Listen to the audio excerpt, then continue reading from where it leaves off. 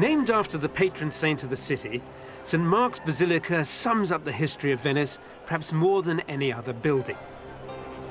Originally constructed in the 9th century and then rebuilt in the 12th and 13th centuries, the Basilica is an historical treasure trove that chronicles the city's rise to power through its decoration. The founding of St. Mark's can be read in the wonderful mosaics that adorn its facade, which tell the story of how the saint's body was stolen from Alexandria by 2 Venetian merchants in the 9th century. According to the legend, the saint's holy remains were concealed in a trunk, which was then packed with bacon.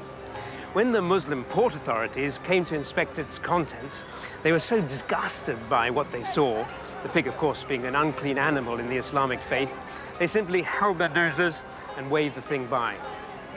When the body of St. Mark arrived in Venice, it was paraded around the city and then put down here in the Piazza San Marco while the bearers had a rest.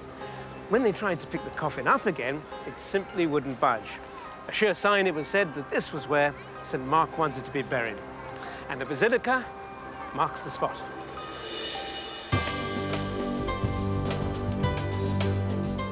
St. Mark's was built to a classic Byzantine plan. A Greek cross supporting 5 domes, 1 for each arm of the cross and 1 in the center.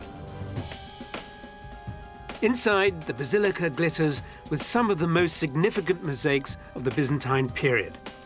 St. Mark's was originally built as a private chapel for the city's leader, the Doge, and became the symbol of a republic that saw itself equal to the long-established Byzantine Empire based in Constantinople.